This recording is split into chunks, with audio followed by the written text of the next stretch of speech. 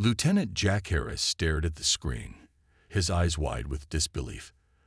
The signal pattern scrolled across his monitor, unlike anything he had ever seen before. For 3 days straight, these strange transmissions have been arriving from deep space, and no one could make sense of them. "Anything new?" Dr. Olivia Ward asked as she entered the control room of the Lunar Observatory. Her dark hair was pulled back in a messy ponytail, evidence of the long hours she had been working. "Same signal, different pattern," Jack replied, rubbing his tired eyes. "It's definitely artificial, and definitely not one of ours." Olivia leaned over his shoulder, studying the waveforms. "Have you tried the new decryption algorithm?" "Running it now." The room fell silent except for the soft hum of computers. 6 other scientists watched anxiously as the program worked through the alien transmission. After what felt like hours, the screen flickered and changed. "We've got something," Jack said, his voice barely above a whisper. Numbers appeared on the screen, arranged in a distinct pattern. Olivia's breath caught in her throat. "Those are coordinates. And this," she pointed to another section of decoded data. "This looks like a warning." Within hours, the discovery reached government officials worldwide. The transmission contained stellar coordinates for a location approximately 4.2 light-years from Earth, along with repeating patterns that linguists tentatively identified as danger signals. 3 weeks later, representatives from major world powers gathered at the United Nations headquarters in New York. The room buzzed with tension as Admiral Peter Collins took the podium. "Ladies and gentlemen, after careful analysis, we are confident that this transmission represents first contact with an extraterrestrial intelligence," he announced. "In response to this unprecedented situation, we propose the formation of the United Earth Defense Initiative, or UEDI, a multinational organization dedicated to protecting our planet from potential threats." The vote was unanimous. For the first time in human history, nations set aside their differences in the face of the unknown.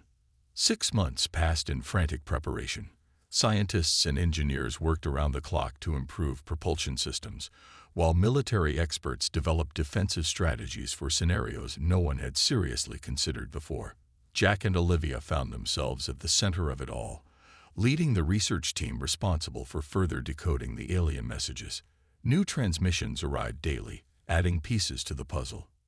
"These sequences here," Olivia said during a briefing with UEDI leadership, "suggest a power structure involving multiple alien civilizations, and based on the context, the original sender seems to be warning us about another group."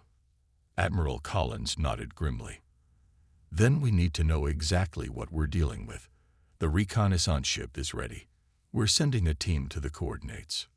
2 weeks later, Jack stood on the bridge of the UEDI Pathfinder, the most advanced spacecraft humans had ever built. Through the view screen, he watched as they approached an asteroid field near Alpha Centauri. "Scan complete," announced Captain Susan Miller. "We've detected an artificial structure embedded in the largest asteroid." The team suited up and boarded a shuttle. As they approached the asteroid, Jack could hardly believe his eyes. A metallic outpost gleamed against the dark rock, clearly abandoned but intact. Inside, they discovered technology beyond human understanding. Holographic displays activated as they entered, showing star maps and what appeared to be battle formations. "This wasn't just an outpost," Olivia whispered, examining strange symbols on the walls. "It was a forward observation post. Someone was watching Earth." In a central chamber, they found what they had been looking for, a communication array, still operational after who knew how many years.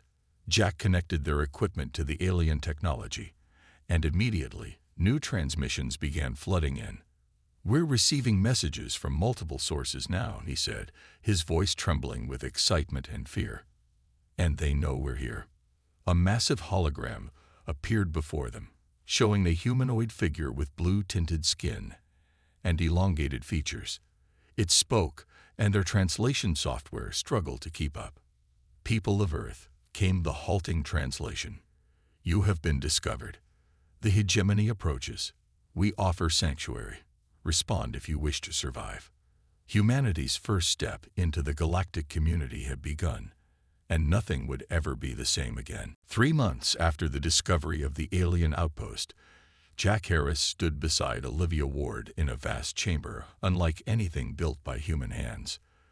The ceiling arched hundreds of feet above them, with strange light patterns dancing across its crystalline surface. Around an enormous circular table sat representatives from 27 different species, the Galactic Council. "The humans have arrived," announced the tall, slender being who had introduced himself as High Counselor Zila. His voice echoed through the chamber, translated by small devices attached to the Earth delegation's ears. "They seek knowledge of their position in our shared cosmos." Olivia squeezed Jack's hand nervously. As Earth's primary scientific representatives, they carried an enormous responsibility. Behind them stood Admiral Collins and 5 world leaders, all trying to hide their awe. A blue-skinned being named Exartol stepped forward. "Humans of Earth, we welcome you to the Council. For millennia, we have observed your development from afar. Your discovery of our outpost and successful decryption of our warnings has proven your species worthy of contact." "Why did you warn us?" Jack asked, his voice steady despite his racing heart. The council members exchanged glances before Exartol continued. "Your star system lies in a contested sector. The Krazak hegemony claims all worlds in that region." A holographic map appeared in the center of the room, showing Earth's position relative to various colored territories. Their solar system blinked red on the border of a vast purple expanse. "The hegemony consists of a single species, insectoid beings with a hive mind," explained another counselor, a reptilian creature named Voss. "They consume resources and subjugate planets. Those who resist face extinction." Admiral Collins stepped forward. "Are you saying Earth is in danger of invasion?" "It is inevitable," Exartol replied. "The hegemony has already detected your technological advancement. They will demand your submission soon." "And what does the Council suggest we do?" Olivia asked. "Most species choose to accept hegemony rule," said Zila. "They demand resources and obedience but allow limited self-governance." Jack felt anger rise in his chest. "So you're suggesting we surrender before we even fight?" "The alternative has been unsuccessful for others," Voss said. "The hegemony possesses technology far beyond your current capabilities." "This is why you contacted us?" Admiral Collins asked. "To tell us resistance is pointless. We contacted you because your species shows unusual potential," Exartol said. "Your adaptability and problem-solving abilities exceed many council races at similar development stages." "Then help us defend ourselves," Olivia pleaded. "Share your technology, your weapons." The council chambers grew quiet. Finally, Zila spoke. "Council laws prohibit direct intervention in hegemony expansion. However," he paused, looking at the other representatives, "we can share information about Krazak weaknesses and provide limited technological assistance." Jack stepped forward. "Earth will not submit without a fight. We've faced extinction-level threats throughout our history: asteroids, climate change, nuclear war. And we've survived. We'll survive this too." "Such confidence," whispered a gaseous being from across the table. "Admirable, but perhaps misplaced." Hours later, after intense negotiation, the Earth delegation left with data crystals containing critical intelligence about the hegemony and permission to establish a permanent embassy on the Council station. As they boarded their ship, Olivia studied the information they'd received. "The Krazak neural network has vulnerabilities. They've never encountered human thought patterns before. That might give us an advantage."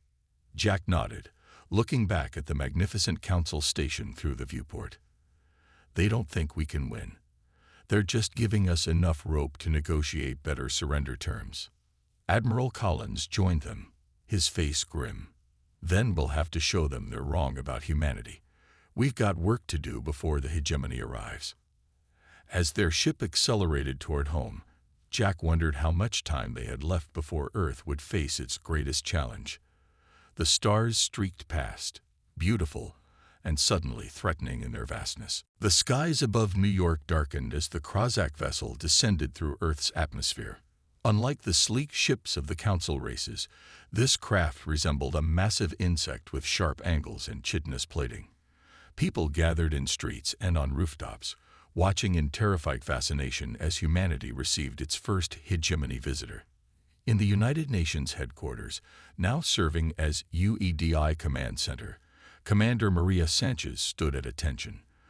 The former Navy admiral had been elected to lead Earth's unified defense forces just weeks earlier. Beside her, Jack and Olivia waited nervously. "Remember," Maria whispered, "show no fear." The council advised that Krazak interpret fear as weakness. The doors slid open. Ambassador Vexicor entered, flanked by 4 guards. The Krazak stood 7 feet tall with an exoskeleton that gleamed metallic green under the lights. Multiple eyes studied the humans while mandibles clicked rhythmically.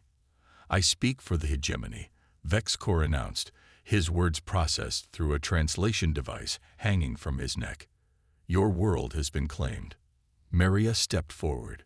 "Earth welcomes the ambassador but recognizes no claim upon our sovereignty." The ambassador's mandibles clicked faster. "Your position is noted but irrelevant. The terms of your incorporation into the hegemony are non-negotiable." A holographic display appeared between them, showing documents written in both Krazak symbols and English. "Earth will provide resource tributes annually. 20% of all planetary mineral extraction, 10% of biological produce, 500,000 humans for labor assignment in hegemony territories." Jack clenched his fists as Vexicor continued laying out increasingly outrageous demands. "You will dismantle all military installations beyond your atmosphere. Hegemony observers will monitor compliance from bases established on your moon. Local governance will continue under hegemony supervision." "And if we refuse?" Maria asked, her voice steady. "Then you will serve as an example." Vexicor's compound eyes fixed on her. "Your cities will burn. Your survivors will serve. Your world will be stripped of resources. This has happened 27 times in the history of the hegemony. We are efficient." Olivia stepped forward. "The Galactic Council recognizes Earth's right to self-determination." "The Council is weak," Vexicor replied dismissively. "They observe. We conquer. You have 30 of your Earth days to comply with our terms. After that, the fortress arrives." With those words, Ambassador Vexicor turned and left, his guards matching his precise movements. Once they were alone, Maria slammed her fist on the table. 500,000 people as slaves. They're insane if they think we'll agree to that. "We won't," Jack said, "but we need to use these 30 days wisely." In the weeks that followed, Earth transformed. Military installations operated around the clock.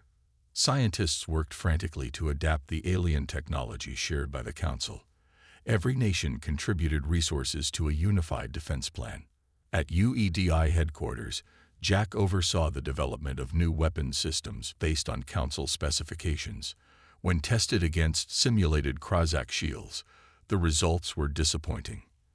"Not enough power," he muttered, reviewing the data. "We need something they won't expect." Across the complex, Olivia led a team studying Krazak biology and psychology. The Council had provided limited information about their neural network, a biological communication system connecting all Krazak. "Look at this," she told Jack one night, pointing to scans of Krazak brain activity. "Their hive mind operates on specific frequencies.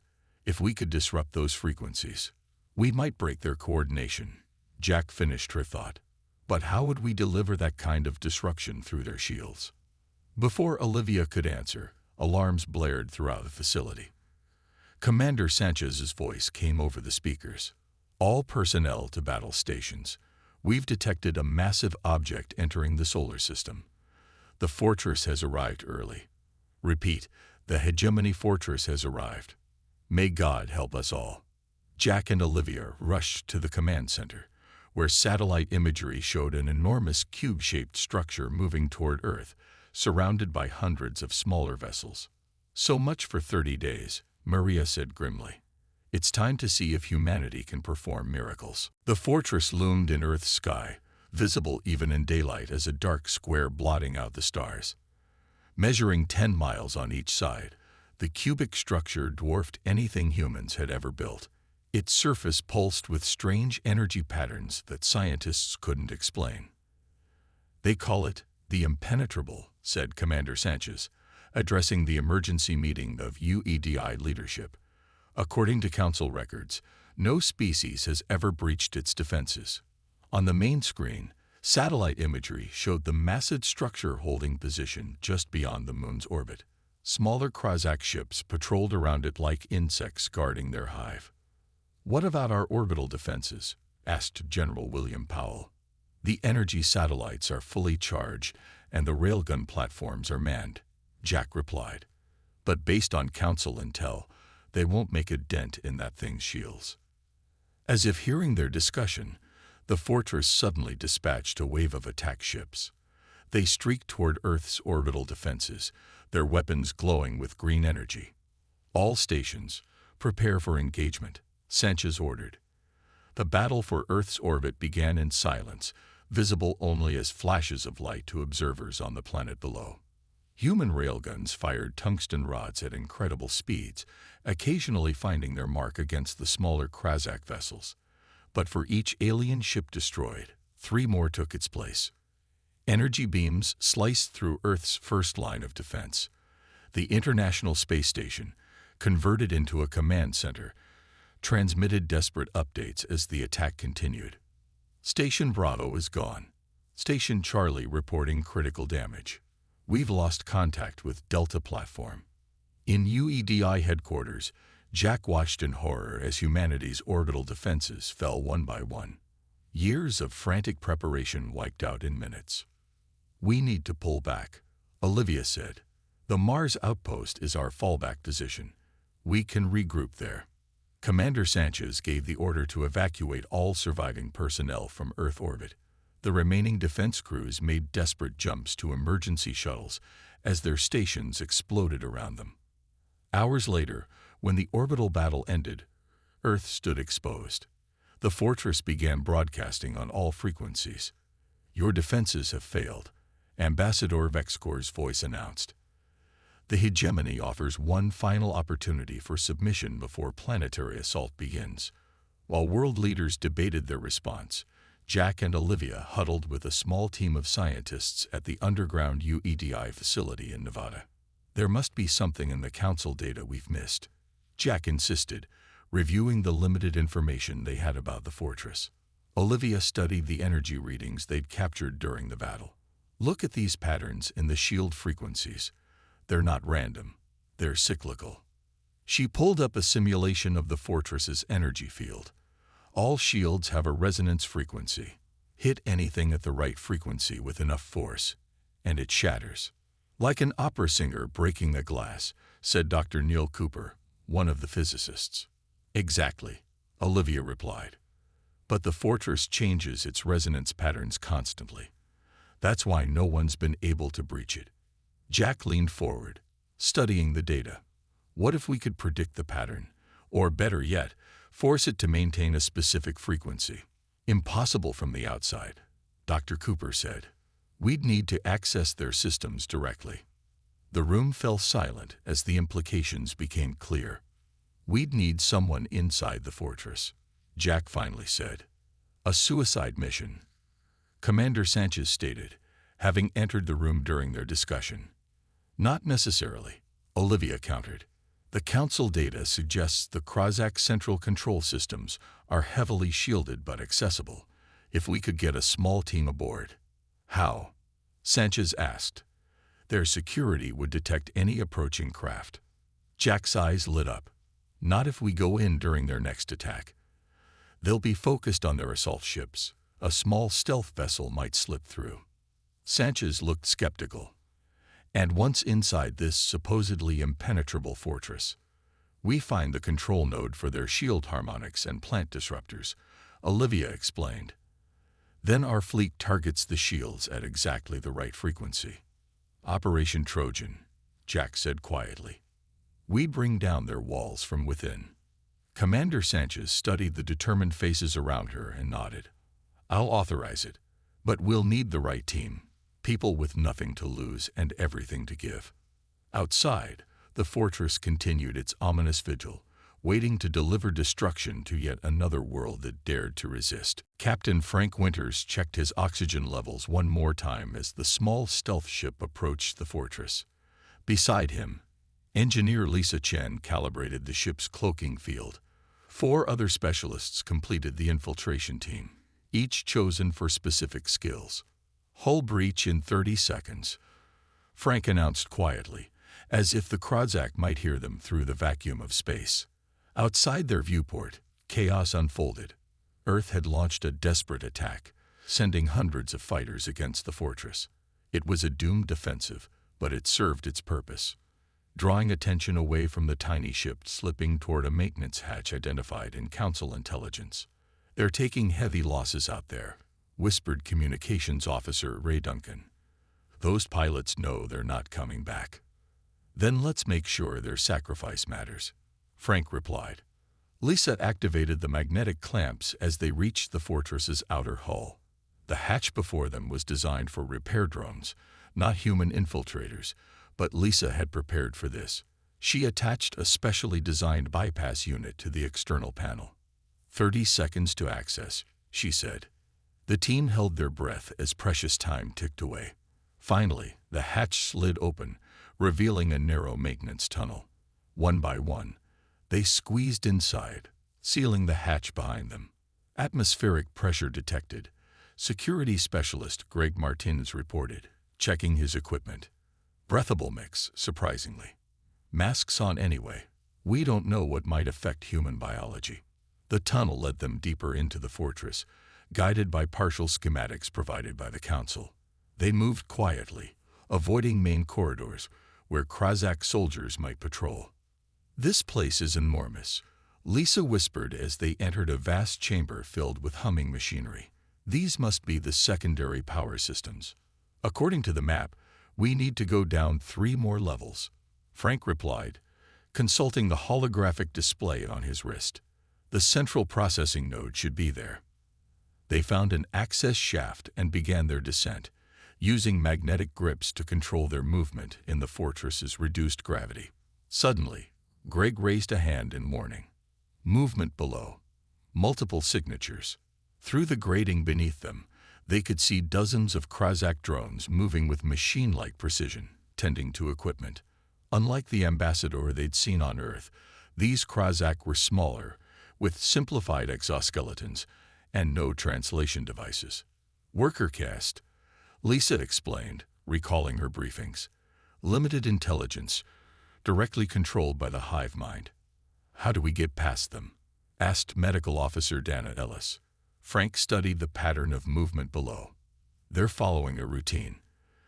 There's a gap every 90 seconds. We'll drop down one at a time during the gaps. The plan worked until the last team member. As Ray descended, his equipment snagged on the shaft edge, dislodging a small tool that clattered to the floor below. The nearest worker drone stopped, its compound eyes turning toward the sound. Greg didn't hesitate. He dropped down, landing silently behind the drone, and pressed a neural disruptor against its exoskeleton. The device, designed based on Council data, emitted a frequency that temporarily scrambled the creature's connection to the hive mind. The drone froze, then continued its previous task as if nothing had happened. That was close, Dana breathed.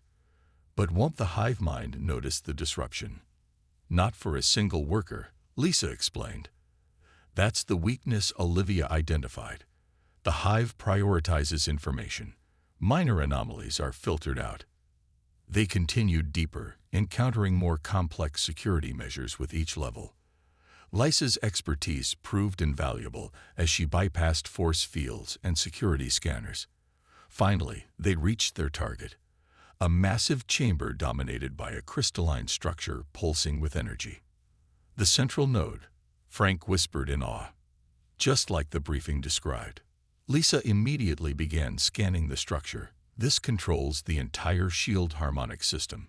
If we place the disruptors at these junction points, she indicated several locations on her scanner, we can force the shields to maintain a single frequency long enough for our weapons to break through.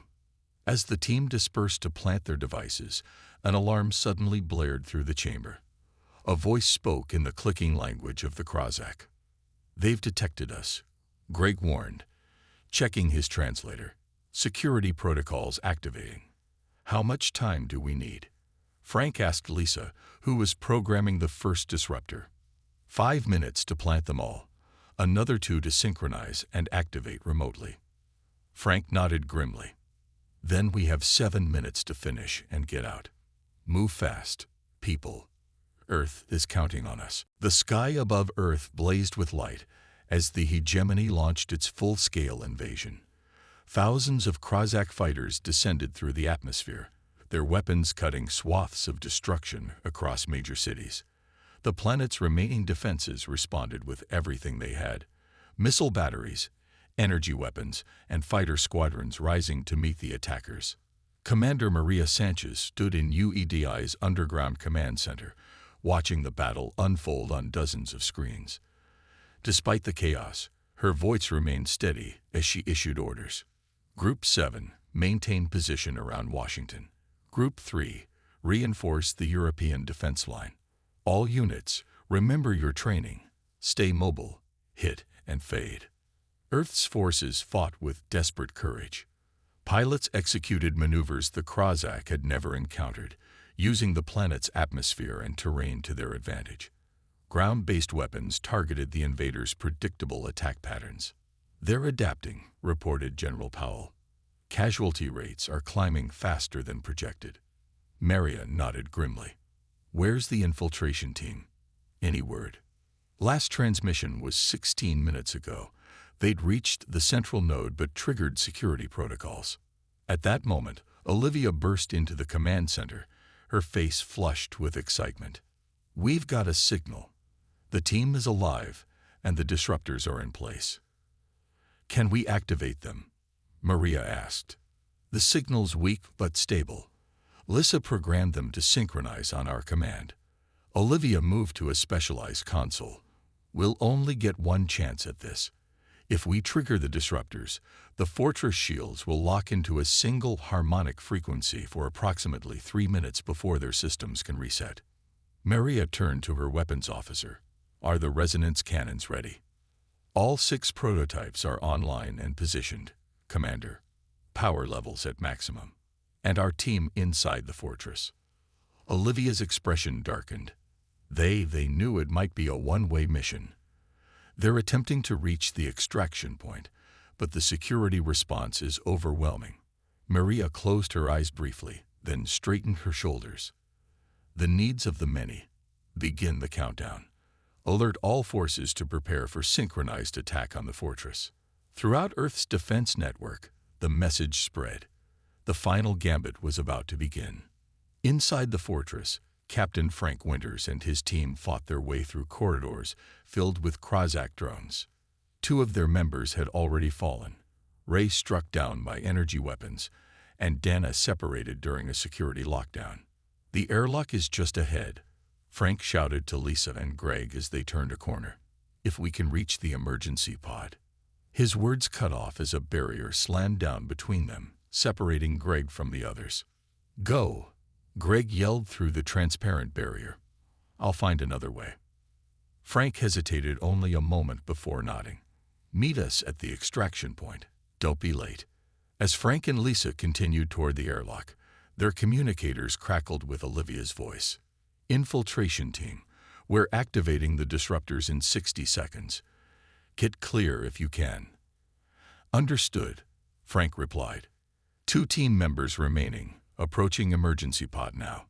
On Earth, Olivia initiated the sequence. Disruptors activating in 3, 2, 1. Deep within the fortress, the planted devices simultaneously emitted precise energy pulses. The crystalline control node flickered, then stabilized at a single frequency. Throughout the massive structure, The shield harmonics locked into a pattern they couldn't change. "It's working," Olivia exclaimed. Shield frequency locked at 847.3 terahertz. "All resonance cannons target that exact frequency," Maria ordered. "Fire when ready." 6 massive weapons, built in secret facilities around the world, activated simultaneously. Unlike conventional weapons, they didn't fire destructive energy, but rather precisely calibrated waves that matched the fortress shield's new fixed frequency. In space, the effect was immediate and spectacular. The supposedly impenetrable energy barrier surrounding the fortress began to vibrate visibly. The resonance built rapidly as the cannons continued their assault. "Structural integrity of the shields failing," reported the science officer. 15 seconds to critical failure. On the main screen, the shield around the fortress shimmered, then started to crack like glass. Fracture lines spread across its surface, growing larger with each passing second. "All fleet vessels, prepare to target the breach points," Maria commanded. "The moment those shields fail, hit them with everything we've got." The fortress broke apart in massive sections, each fragment spinning away like shards of broken glass. The sight stunned even the most seasoned UEDI officers. For generations, species across the galaxy had lived in fear of this indestructible battle station. Now it crumbled before human weapons.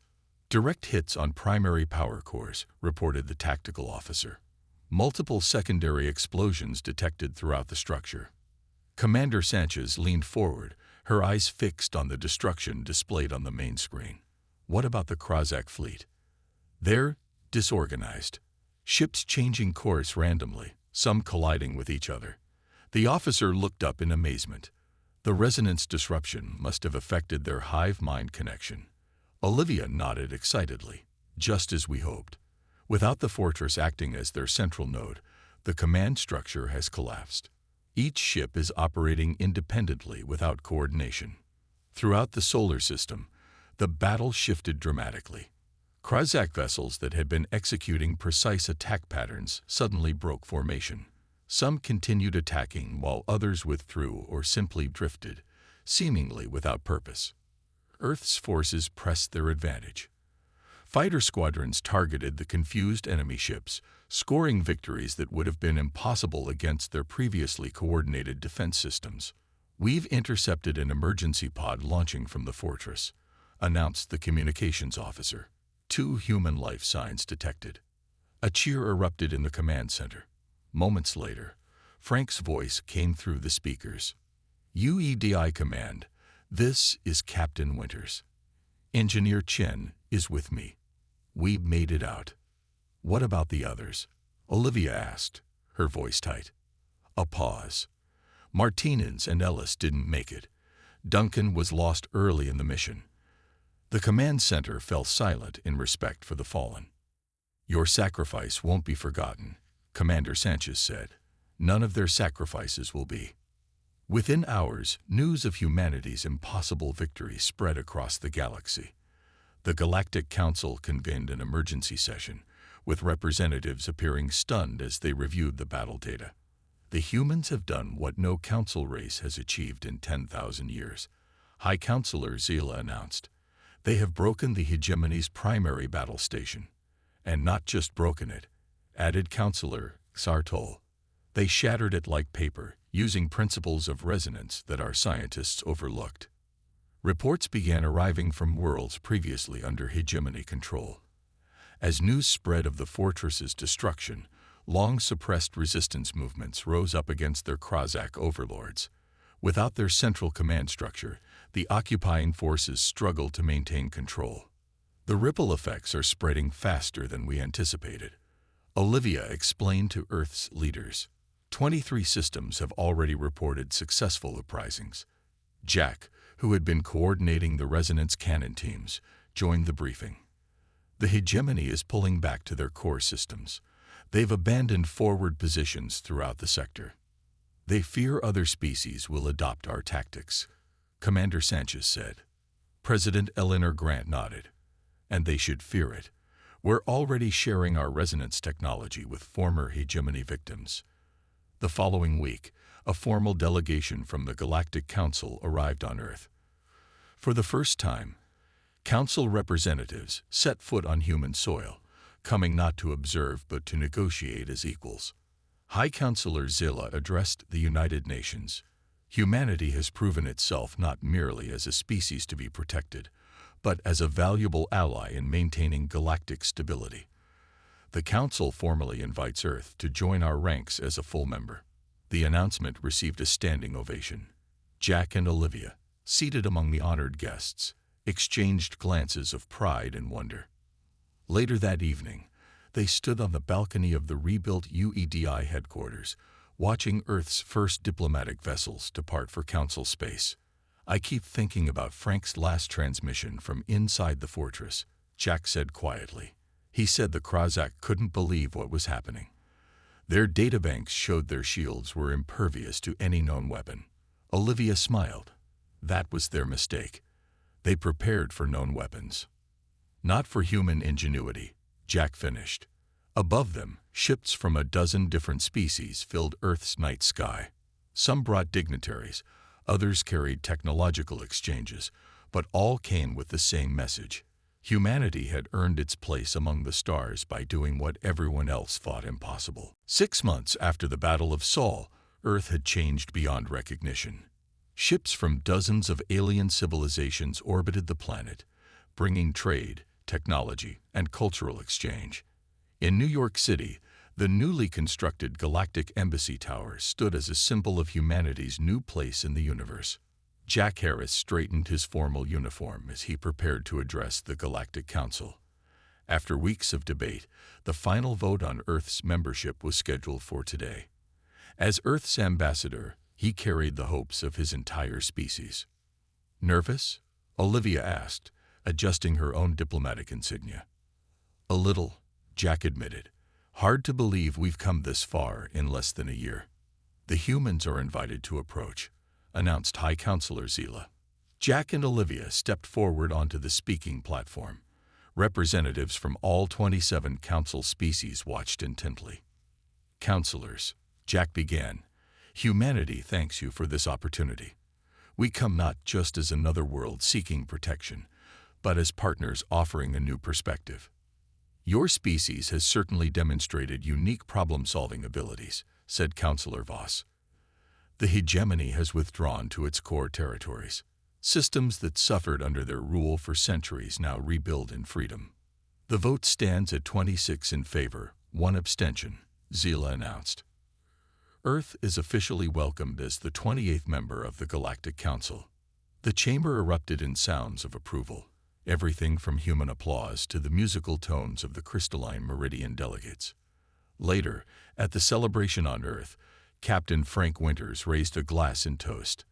After recovering from injuries sustained during his escape from the fortress, he had been appointed to lead Earth's first deep space exploration vessel.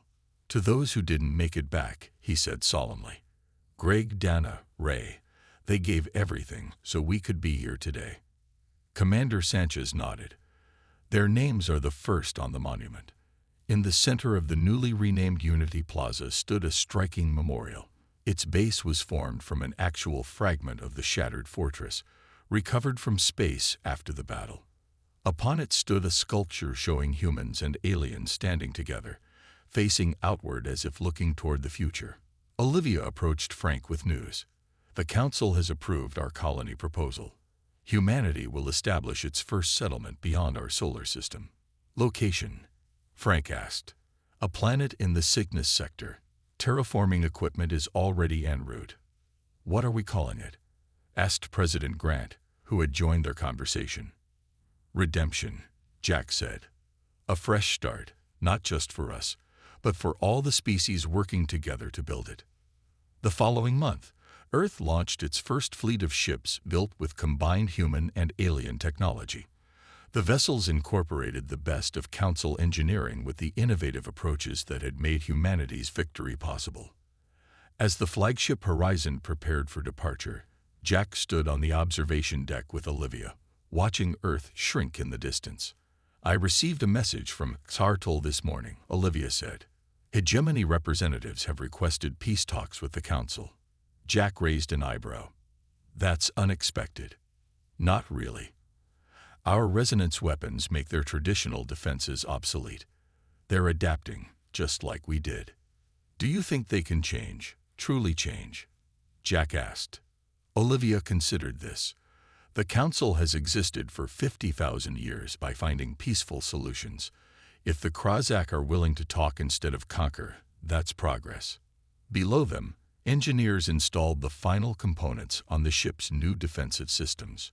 Unlike traditional shields, these incorporated constantly shifting resonance patterns, making them resistant to the very technique humanity had used against the fortress. We've changed too, Jack observed. 6 months ago, we were fighting for survival. Now we're establishing colonies, building ships, joining a community that spans the galaxy, and teaching them a few things along the way, Olivia added with a smile.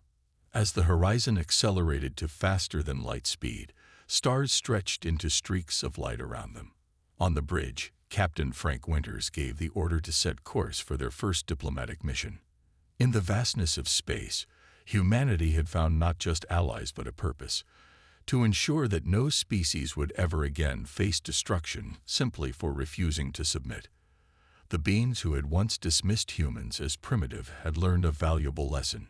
Never underestimate a species that refuses to accept the impossible. Earth had not just survived. It had shattered the barriers that had contained more advanced civilizations for millennia. And in doing so, humanity had changed the galaxy forever.